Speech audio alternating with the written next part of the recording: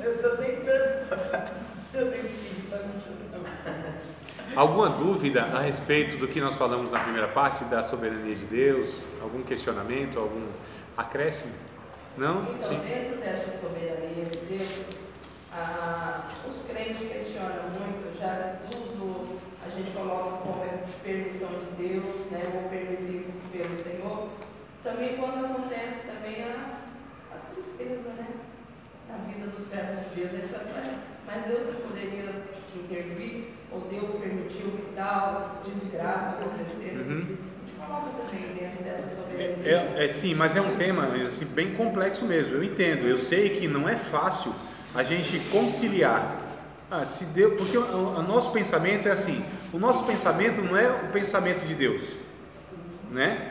Os nossos pensamentos, Deus mesmo diz, os meus pensamentos, eles são mais altos do que o pensamento de vocês. Então assim, Deus está num patamar muito além e muito acima de nós. Então nós pensamos como homem, como Deus deveria ou poderia pensar. Então, por exemplo, o que Deus pensa de si mesmo não é o que nós pensamos de Deus. Entende? Então, nossa, por que Deus não faz isso? Se Deus fizesse aquilo que a gente propõe, eu acharia que Ele deveria fazer, Ele não seria Deus. Não seria Deus, porque nós temos diversas limitações de compreensão. Ainda mais quando a gente está numa situação adversa. Aí que a gente mesmo endoida e a gente não entende nada de Deus, porque a gente vê as nossas limitações e é natural que a gente queira uma intervenção de alguém que pode intervir por nós. E a gente precisa entender uma série de outras coisas para ir amenizando essas crises. Por exemplo, nós temos que entender que nós estamos em um ambiente afetado pelo pecado. E que neste ambiente afetado pelo pecado, não é possível a vontade plena de Deus ser manifesta todas as horas, em todas as pessoas, em todos os lugares, em todos os momentos. Então já começa por aqui. É por isso que nós oramos, Senhor, seja feita, desculpa, Pai nosso que está no céu, santificado seja o teu nome, venha o teu reino, seja feita a tua vontade. Esse é o nosso pedido, não é? Não, às vezes eu me perco assim, eu preciso do começo, entendeu? É um negócio assim meio psicológico, né? Mas quando determinadas coisas não acontecem nas nossas vidas, muitas vezes é como você pegou a história de Jó, né? Que Satanás chegou e pediu, né? E se ordenou, até retórico. Então a gente, como servo de Deus, vai no pé da letra determinadas regras bíblicas, que tudo a gente vê que Deus permite ou não permite, né? Não é nessa exatidão de duas possibilidades apenas. Mas vamos colocar assim, só que às vezes quando acontecem as coisas tristes na vida dos Deus, a gente se decepciona com Deus, a gente se frustra, não é? Sim, quando não há maturidade suficiente. Eu não digo nem maturidade, porque, irmãos, é complicado a gente julgar as pessoas nos momentos de fragilidade, de angústia. Então é fácil para a gente teoricamente falar, não é assim, de fato não é, mas assim, é bem complicado, né? Porque quando a gente está na pele, sente na pele de fato a dor do outro, aí é mais difícil a gente julgar o outro. Mas é claro, a gente precisa sempre entender o que a Bíblia ela vai falar a respeito dessas situações. A Bíblia fala a respeito das situações o seguinte: aquilo que você não tem capacidade de avaliar pela sua experiência de vida, experiência com Deus, experiência com a Bíblia, da sua fé, nada dá conta. Então o que a gente faz? A gente vive pela fé. Viver pela fé é mesmo não entendendo o todo do processo, mas a gente entende que há um Deus por trás desse processo. A gente entende que é um ser soberano, que nós gostaríamos de não sofrer aquilo ou de não ver pessoas sofrendo, mas nós entendemos que é um Deus que é soberano e que mesmo que eu não entenda, eu vou confiar nele, porque a confiança no caráter de Deus é o que nos faz caminhar pela fé. A confiança no caráter de Deus e não a confiança no seu poder e nem apoiado no seu poder, na força do seu poder. Então nós confiamos no caráter de Deus. Fé é isso, não é acreditar no poder de Deus, é confiar no caráter de Deus. Porque se a gente apoia a nossa fé, a nossa vida, através ou a partir ou só pelo fato de Deus intervir poderosamente nas circunstâncias adversas, então e quando Deus não faz? Aí vai gerar essas crises. Mas quando Deus não faz aquilo que nós esperamos, nós não temos a nossa expectativa frustrada. Nós temos uma perspectiva de que Deus, de alguma maneira, está conduzindo, mesmo aquilo que a gente julga adverso, e como até silêncio de Deus, Deus está conduzindo aquilo para um fim maior, né? E a gente entende que a nossa vida, ela não se resume aqui, porque aqui diversos textos bíblicos, Antigo e muito mais ainda Novo Testamento, vem nos alertando: aflições, angústias, adversidades, privações. Isso é garantia que nós vamos ter da parte de Deus, ainda mesmo, e aliás, acho que até mais, quando nós fazemos a vontade de Deus, porque quando nós fazemos a vontade de Deus, quando nós somos regidos pelo Espírito Santo de Deus, essas angústias nos afligem mais, e nós entendemos que vai nos afligir mais do que as pessoas que não entendem de Deus, porque quanto mais nós nos aproximamos de Deus, mais esse ambiente aqui não serve para a gente fica incomodado. As angústias e os demônios, inclusive, né? Eles são, entre aspas, mais propensos a combater os servos de Deus. Então, quanto mais próximo de Deus, mais sofrimento nós teremos, que é o contrário da teologia da prosperidade. Quanto mais fiéis a Deus, quanto mais andar pela fé, quanto mais andar com Deus, mais sofrimento nós teremos. Isso é promessa, isso é garantia bíblica e doutrinária. Então, o que acontece? Aí vem a primeira coisa. Então, não entender que esse ambiente é de sofrimento, né? Falando da soberania de Deus. Esse ambiente é de sofrimento. A vontade de Deus ainda não é manifesta plenamente, nem pode ser. Impossível. Nesse ambiente é impossível. Algumas questões. Por exemplo, nós atribuímos a Deus tudo aquilo que é desgraça, que é ruim, né? A gente vai questionando, mas ninguém, esses que fazem isso, estou falando em nós, que acho que a gente não faz isso. Pelo menos nessa proporção. Pelo menos nessa proporção. De vez em quando, eu sei que vem nos pensamentos, né? A gente não fala e tal, mas pensa. Alguma coisa, bem que por que Deus não fez alguma coisa? Deus poderia fazer. A gente pensa, mas como crente treinado a se manifestar de uma forma religiosa exteriormente, a gente não fala, a gente não faz caras e bocas, mas no coração, lá no fundinho, tem um pensamento: poxa, Deus bem que podia ter feito alguma coisa, eu sei que Ele podia. E a gente pega até texto bíblico: o Senhor não fez? Eu estou falando pensamentos lá no oculto, lá no fundinho do coração, lá nos cantos escuros do coração, onde o Espírito Santo também enxerga, vê, sabe. E Ele entende também algumas limitações nossas e tal. É por isso que não nos julga por esses pensamentos enlouquecidos. E o que acontece? Há consequências de ações humanas. Então, olha só, há consequências de ações humanas. Essas pessoas: Deus é soberano, Deus é poderoso, por que Ele não interviu em Brumadinho, né, para pegar a tragédia mais recente? E aí tem várias outras. Na história sempre vem essa questão: se Deus é Deus, por que Ele deixou crianças inocentes, pessoas sofrerem? Isso foi um questionamento, irmão, em toda a história humana e bíblica, que é chamada Teodiceia. Por que o mal existe? Por que Deus, amoroso, poderoso, permite o mal triunfar momentaneamente, né? A gente sabe. Diga aí, Ivan. Aí é justamente o que pega. A gente não, por que existe, a gente não consegue de fato existir. Mas foi o que você colocou. Se a gente doutrinasse, se a gente aprendesse também na igreja, porque a gente não aprende na igreja que a gente vai sofrer.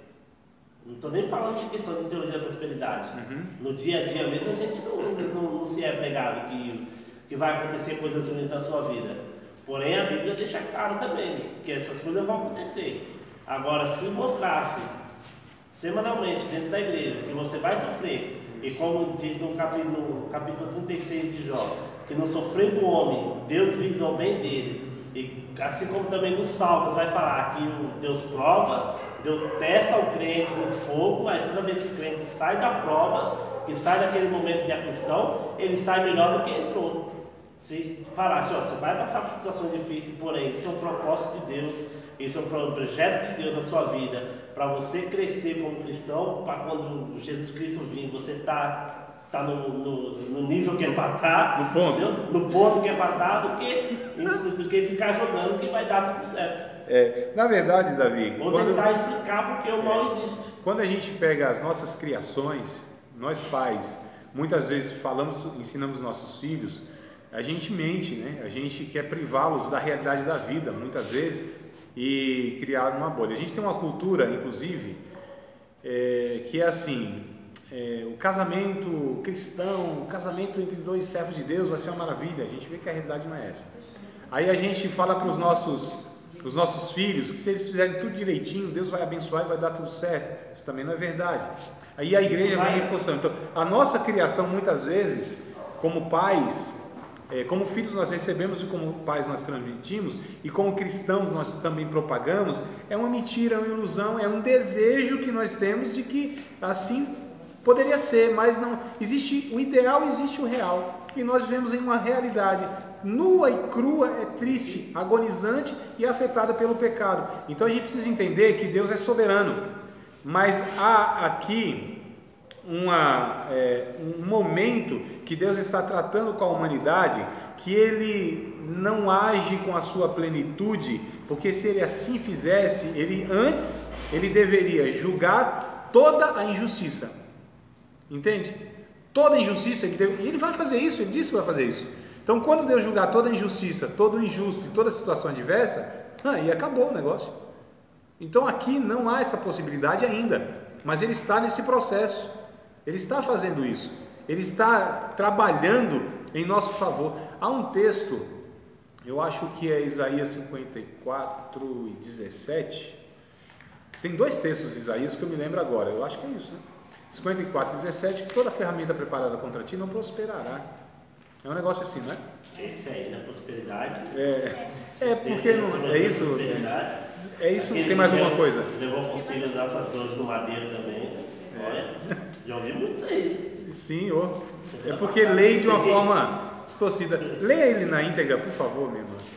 Toda ferramenta preparada contra ti não prosperará, e toda língua que se levantar contra ti em juízo, tu a condenarás. Esta é a herança dos servos do Senhor, e é sua justiça que vem de mim, diz o Senhor. Então, olha só, a língua que se levantar em juízo não vai prosperar mesmo. Toda ferramenta que é levantada contra nós, preparada contra nós, isso não prospera mesmo. Mas não é no sentido terreno e nesse sentido temporal. A questão, irmãos, é justificação diante de Deus, porque é Ele que nos justifica, e ninguém poderá, de maneira alguma, se levantar contra nós. Então, olha só, a ferramenta não prospera contra nós no juízo. O mesmo Isaías, no capítulo 64, verso 4. Ele vai dizer que ele cria o bem e permite o mal. Isaías também fala, né? Mas aí a gente, calma aí que eu daqui a pouco trago uma pincelada sobre esse negócio aí, senão, né? Eu acho que é 64, verso 4 de Isaías, vai dizer que nunca se ouviu um Deus, além de ti, que trabalhe para aquele que nele espera. É isso, né? Nunca se ouviu um Deus além de ti, que trabalhe para aquele, desde a antiguidade. Nem com os olhos se viu, nem com os ouvidos se percebeu um Deus, né? que além de ti, que trabalhe para aquele que nele espera. É isso? Eu enrolei tudo, foi? Tá certo? Tá certo? Então tá bom. Então, amados, há um Deus soberano, há um Deus que está agindo, há um Deus que está trabalhando, só que assim, nos bastidores que nós não enxergamos. Mas a questão é, aqui nessa existência, ainda não será feita a vontade de Deus. Já começou o resgate de Deus. Já começou. A gente chama na teologia de agora já e ainda não. Agora já Deus startou. Deus deu o início, o pontapé. Já deu nesse processo de resgate. Quando Adão, o casal, eles pecam, Deus ali já vem em socorro e resgata de alguma maneira esse casal para que não seja destruído ou auto se destruam por causa da invasão do pecado nessa criação perfeita de Deus. Eu estou falando de criação e estou falando de criatura. Então Deus de alguma maneira já estava agindo ali, tá certo? E Deus veio em toda a história preservando o homem. Deus está trabalhando. Nunca se ouviu falar um Deus além de ti. E desde a antiguidade trabalha para aqueles que nele esperam. Então Deus vem trabalhando. Jó teve essa consciência, embora não compreendendo todo o processo, né, de Satanás e aquela coisa toda, ele disse: eu sei que o meu Redentor vive e que por fim ele se levantará sobre a terra, ainda que ele me mate. Irmãos, olha, nele eu terei esperança, nele eu confiarei, nele eu esperarei. Então essa é a fé do Filho de Deus, essa é a fé dos regenerados, que nós estamos em um processo que nós não sabemos todos os detalhes, mas nós sabemos que é um Deus que levará a cabo aquilo que Ele projetou. Ele é o autor e Ele é o consumador da nossa fé. Ele é o alfa e é o ômega, o princípio e o fim. Diga. Nós estamos no processo, mas a cada segundo Deus fecha o olho de muita gente. E a igreja em si fica esperando, é como eu falo, como se a gente estivesse dormindo, esperando, sabe, é uma cegueira espiritual que nós vivemos, que Deus não vai chegar em nós e falar assim, está preparado, vamos. Simplesmente vamos. A cada minuto a morte abraça a gente. Sim. Sendo servo, sendo ímpio. Mas, sim, a morte é uma realidade para todos. Então, quer dizer assim, mas a gente vive assim, parece que a gente fica apático numa dimensão que, sei lá, é tipo assim, disperso. Espera tempos melhores. Mas quando se tem que viver o dia de hoje, tem que se preparar hoje, né? Tem que ser como Jó, que se eu me mate, eu estou confiando. Isso. Entendeu? É complicado. Claro que é. O evangelho não é algo simples no sentido que, assim, é como um copo de água. Até me lembrei de um irmão um dia. Ele falou assim, o Márcio Sanches, não sei se vocês conhecem, né? Gente boa pra caramba ele. E ele disse assim, o pregador estava pregando lá, disse assim, o evangelho é como um copo de água, simples como um copo de água. E ele pensou consigo, infeliz, com a pimenta lá no final, né? O negócio é ardido, é tremendo, um negócio simples. Irmãos, é muito complexo quando a gente para pensar na vida e na realidade, a gente entra em parafuso, no sentido que há tantas coisas que fica sem explicação, simplesmente não tem explicação. Simplesmente Deus nunca chegará para nós e diz, meu filho, é assim, é assado. Falando de Jó, que nós estamos falando muito de Jó, quando se fala de sofrimento, fala da vida de Jó. Quando fala de soberania, fala da vida de Jó, né? Então, assim, padrão. Para esses temas, Jó. E aí é interessante que 30 e até o 37 capítulos, né? Até o 37 capítulo, Deus simplesmente não fala absolutamente nada com Jó. Quando Deus aparece para Jó, ele continua sem explicar absolutamente nada. Acaba o livro de Jó, ele não dá uma explicação do que aconteceu na vida de Jó. Pelo contrário, mostra para Jó que ele é nada, é ninguém, diante da grandiosidade de tudo isso. Jó, onde tu estava quando eu criei a terra? Onde eu fundei as bases da terra? Onde eu estendi os céus como uma cortina? Onde tu estavas? Quando eu criei tudo isso aqui, os anjos se rejubilavam. Eras tu, Jó. Cinge os teus lombos como homem e tu vai me responder. Aí trouxe várias perguntas lá, piorou a vida de Jó. Porque Jó queria alguma explicação, não é possível, como que eu estou sofrendo desse jeito? Sendo fiel a Deus. Jó reconhecia humildemente e sensatamente que ele de fato não tinha feito nada diretamente para acontecer toda aquela tragédia, não é? E ele falou, pronto, agora Deus veio, ele vai falar para mim, vai me explicar, ó, Jó, é o seguinte, ó, vem cá, Jó, vem cá. Olha ali atrás, ó, ó Satanás ali, ó, pegadinha. Olha. Não, irmãos. André, você falou de Adão e Eva e passou na minha cabeça aqui. Se Adão e Eva não tivessem pecado, no caso, a Terra suportaria a quantidade de seres humanos na Terra? Irmão, eu não tenho a mínima ideia disso. Você entendeu? Sim. Mas seria imortal, por conta do... Não sei te responder isso. Mas você falou agora, eu fui assim. Sim, se Adão e Eva não porque... tivessem pecado, Eu não tinha nascido. A Terra suportaria a quantidade de seres humanos na Terra? Eu não sei. Eu sei que tem um bocado de espaço nessa Terra. Tem. Mas até 4 milhões atrás, vamos dizer assim, mais de 4 milhões atrás. Ou milhões de anos atrás, quem sabe. Quem sabe aí nós teríamos aí, de repente, outros planetas, não sei, Varão. Conquista não cabe já mais ninguém. Não, aqui já está, encheu a Terra, né? Não sei, Varão. Sinceramente, eu não. Eu já até pensei assim, mas eu não tenho resposta. São perguntas que a gente não consegue, às vezes, raciocinar, pensar, né? A questão é que, só um minutinho, só para ver se eu consigo pelo menos dar uma ideia aí. A questão é que Deus ele não errou, porque Deus sabia de fato que tudo isso ia acontecer.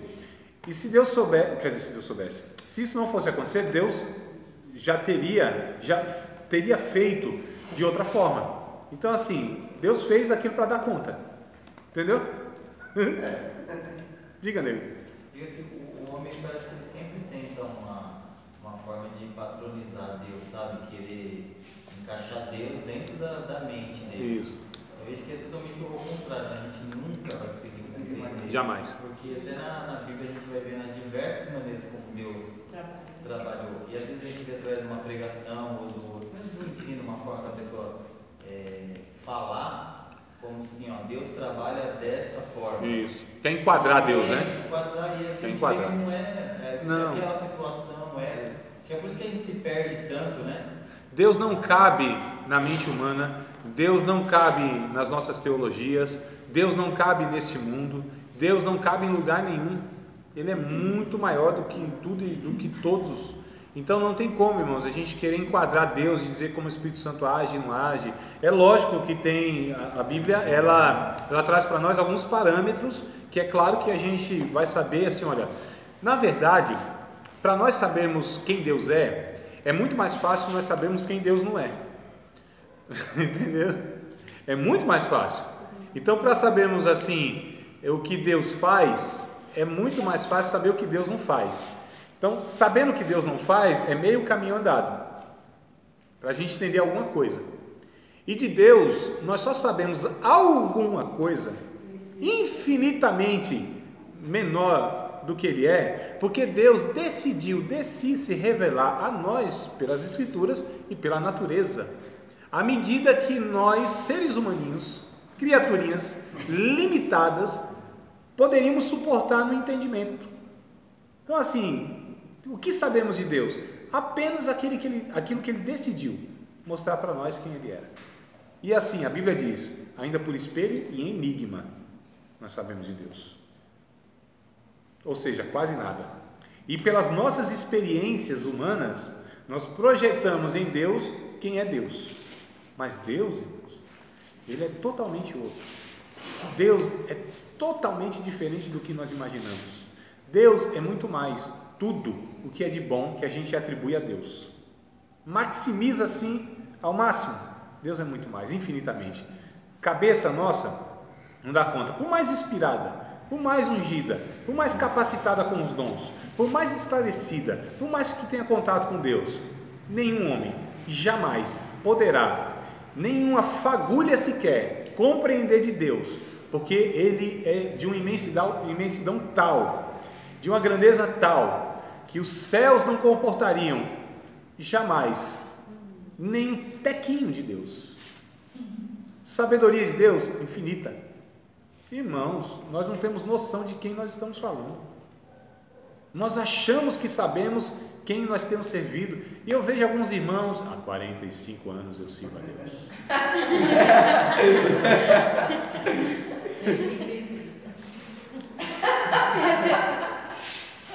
Né? Como assim? É o expert em Jeová.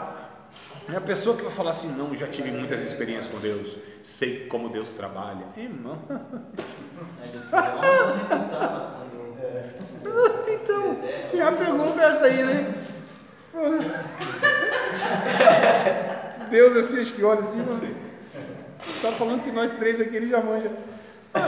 Não dá, né? Então, Deus é soberano, é Senhor. A batalha espiritual quer distorcer isso, achando que há algum rival de Deus, alguma coisa aí que saiu do controle de Deus. Não, absolutamente nada, irmãos. Ele tem tudo na palma da sua mão. O texto de Isaías, inclusive, diz isso, né? Na palma da mão. As águas, a nossa história, todos nós, está aqui, irmãos. Apocalipse, inclusive, que eu li o capítulo, mas não li todo, diz isso, está aqui, ó. Jesus disse, na minha mão, as 7 estrelas, está aqui, ó, os 7 castiçais, está tudo aqui na minha destra, né? Então, a soberania de Deus é bem por aí.